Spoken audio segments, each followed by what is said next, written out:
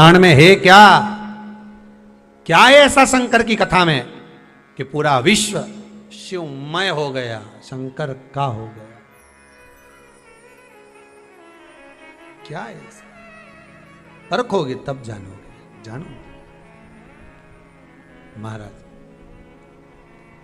शिव पुराण कह रहे भगवान शंकर के ऊपर घृत की मूलता का वर्णन किया। केदारेश्वर एक वर्णन बड़ा सुंदर आता है महाराज, बहुत सुंदर वर्णन है। ध्यान दीजिएगा कि घर में भी प्रयास करा करें, प्रयास करिएगा। घर में जो दीप होता है, आपके घर में जो दीपक होता है, दिया जो आप प्रज्वलित करते हो, तेल का दिया अगर आपको लगाना रहता है तो वो दिया अलग ही रखें। घृत का दिया अगर आपको लगाना है तो वो अलग ही रखें। घृत के दिए में तेल का दीप नहीं लगाना चाहिए और तेल के दीप में घृत का दीप नहीं लगाना चाहिए। कई लोग कहते हैं, कई लोगों का एक प्रसंग रहता है, महाराज जी गुरुदेव हमारा इतना सा कहना है कि हम मंदिर जाते हैं, रोज दिया लगाने जाते हैं, हम भगवान को रोज दिया लगाते हैं, पर एक बात समझ में नहीं आती, हमारे सालों निकल गए दिया लगाते लगाते, उसके बाद भी मैं दुखी क्यों? भगवान ने मेरे क्यों नहीं सुनी? जब उस चोर को भगवान ने कुबेर बना दिया, केवल उसका कपड़ा जलाया, और मैंने इतने सालों से दिया लगाया, क्या भगवान मेरी नहीं सुन रहा?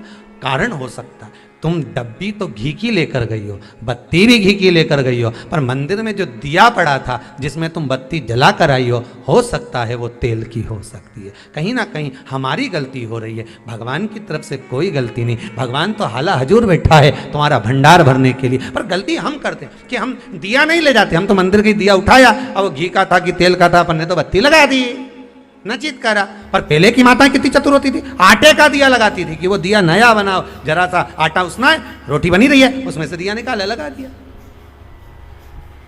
नहीं लगाना, दीप नहीं है। अगर आपको लगता है कि ये तेल का घी का दिया अलग होना चाहिए, इसलिए पहले मंदिरों के अंदर घृत दिया लिखा जाता था, घी का दिया, घी का दीप। आप कभी महेश्वर जाइए, महेश्वर में नर्मदा जी के घाट पर शिव मंदिर में जो दिए जलते हैं वहां लिखा रहता है ये घृत का दिया, तेल का दिया, वहां लिखा हो, दिए ही जलते हैं वहां 108। ये घृत का है, ये तेल का है। कई छोटी छोटी गलतियां हैं जो हम करते हैं और बाद में कहते हैं भगवान हमारा नहीं सुन। हमारी आदत है, दिया मांझ कर रखा, जो घी का लगाते आए थे, आज जरूरत पड़ गई कि तेल का लगा दिया, तेल का लगा दिया। अब तेल की बात मना नहीं, आपकी जैसी श्रद्धा आप लगाओ, तेल का लगा, तेल का लगाओ, घी का लगाना, घी का लगाओ, मन आपका, पर उस दिए में लगाओ जो अभी तक तुम घी का लगाते आए थे उसमें घी का ही लगाइए, जो तेल का लगाते आए थे उसमें तेल का ही लगाइए। क्या होगा उससे? स्कंद पुराण, कार्तिक खंड बड़े ध्यान से स्मरण करिए थोड़ा थोड़ा, या कभी मौका मिल जाए तो विष्णु पुराण भी पढ़िए, कभी मौका मिले आप। कल्याण का कृष्णांक वो भी पढ़िए,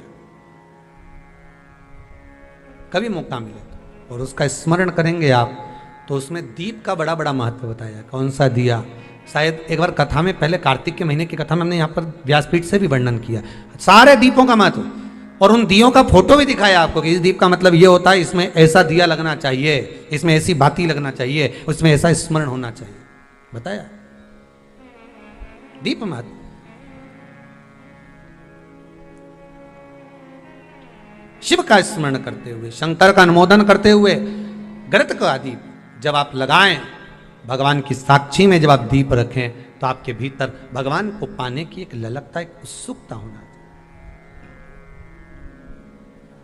एक उमंगता हो शिव को पाने। समय आया, आगे चरित्र वर्णन किया भगवान शिव का। माता पार्वती जी की गोद में जो श्री गणेश जी महाराज विराजमान थे, उन्हीं का मंगल विवाह रिद्धि सिद्धि के साथ किया। विवाह कर देना एक अलग बात है, पर रिद्धि सिद्धि घर में आ जाना एक अलग बात है। नियम से, निवेदन से, करबद्ध निवेदन रहेगा कि घर में जिस कन्या को आप विवाह कर कर ला रहे हो उसका धन नहीं देखना हमको, उस कन्या का हृदय चित्त देखना। आप धन लेकर नहीं आ रहे हो, आप आपके घर में बहू लेकर, बहू का मतलब होता है जो बहुता में सम्मान पाए और बहुता में सम्मान दिया भी जाए। घर में जब प्रवेश करे तो हमारे को धन दूसरे का नहीं चाहिए, हमारी बहू का पांव घर में ऐसा पड़े, संपदा उसके आनंद में बढ़े। बस ये भाव रखकर हमें भीतर, भगवान गणेश जी महाराज का विवाह करा, रिद्धि सिद्धि आई, और रिद्धि सिद्धि आना कोई साधारण बात नहीं, सहज बात नहीं। जब मन पवित्र होता है, हृदय चित्त पवित्र होता है, तब जाकर घर में वैभव रिद्धि सिद्धि सब भगवान देता है। अगर आपके घर में भी सुख आ रहा है, आपके घर में भी संपदा बढ़ रही है, समझ लेना आपके घर में कोई शंकर का भगत होगा, शिव का उपासक होगा, भगवान की भक्ति में डूबने वाला कोई ना कोई एक व्यक्ति तुम्हारे घर में मौजूद होगा, विराजमान होगा। उसके चरण का जो धन है वो तुम्हें प्राप्त हो रहा है, उससे हमारा जीवन सार्थक होगा। इस बात का अभिमान ना करें कि आप कर रहे हो, आप नहीं, शिव करा रहा है, शिव करने वाला है, शंकर करा रहा है। पांचों जजमानों को बहुत बहुत साधुवाद देते हैं। आज छठे दिवस की कथा यहाँ विराम ले रही है। कल कथा का 7वां दिन रहेगा, विराम दिवस रहे। किसी ने बहुत सुंदर कहा है, पानी से नहाने वाले सिर्फ लिबास बदलते हैं। क्या बदलते हैं? केवल कपड़े। और पसीने से नहाने वाले किस्मत बदल देते हैं। किस्मत, भाग्य। केवल पानी से नहाने से भाग्य नहीं बदले हो, ये जोरदार पानी है, इसमें कूद लो तो नहा लो। अब ऐसे तो गंगा तो कितना नहाओ तुम लोग, ईमानदारी की तो बोलो रे, कितना नहाओ। तो किसी ने सुंदर कहा है, गिद्ध और कौवा ये दोनों बहुत ऊपर उड़ते हैं और बहुत ऊंचे बैठते हैं, पर ये ऊंचे उड़ते भी हैं और बैठते भी हैं, पर हमेशा इनकी दृष्टि नीचे मांस पर ही रहती है, किसी अच्छे पे नहीं रहती। उसी तरह अपन भी हैं, अपन भी ऐसे ही हैं।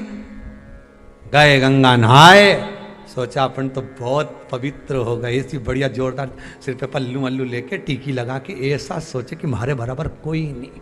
और जरा सा किसी ने हाथ यूं ही जा रही थी और जरा सा सामान गिर गया या कोई काम हो गया या कोई टल्ला लग गया या किसी ने कुछ बोल दिया, तो गंगा नहा के आई थी, अभी 2 मिनट नहीं हुआ, उतनी देर में तो ऐसा मोती झड़िया, ऐसा झड़िया।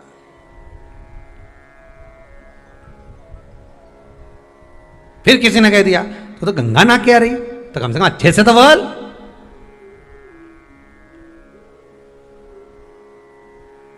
तो गंगा नहा के आ रही का मतलब नहा के आ रही तो अच्छे से बोलूं। घाट घाट की गंगा निला दूं तो 2 मिनट में,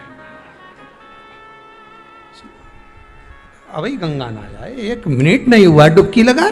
अभी तो बड़े प्रेम से बोल रही थी, हर हर गंगे भोलेनाथ जी बड़ी कृपा करी, हरिद्वार बुलाया, इलाहाबाद प्रयागराज बुलाया, बड़ी कृपा करी आपने, भगवान खूब गंगा नवाई। गंगा मैया बोले ठीक है अभी तक तो सही दिख रही है, पाप धुल भी गया। पर शास्त्र कहता है ऊपर से नहाने से कुछ नहीं होगा, शास्त्र कहता है भीतर से गंगा का स्मरण करिए। आपको नहाने की भी जरूरत नहीं पड़ेगी, गंगा खुद तुम्हारे दरवाजे पर आ जाएगी। भीतर से स्मरण करिए, आप गंगा का भीतर से स्मरण करिए, शिव का।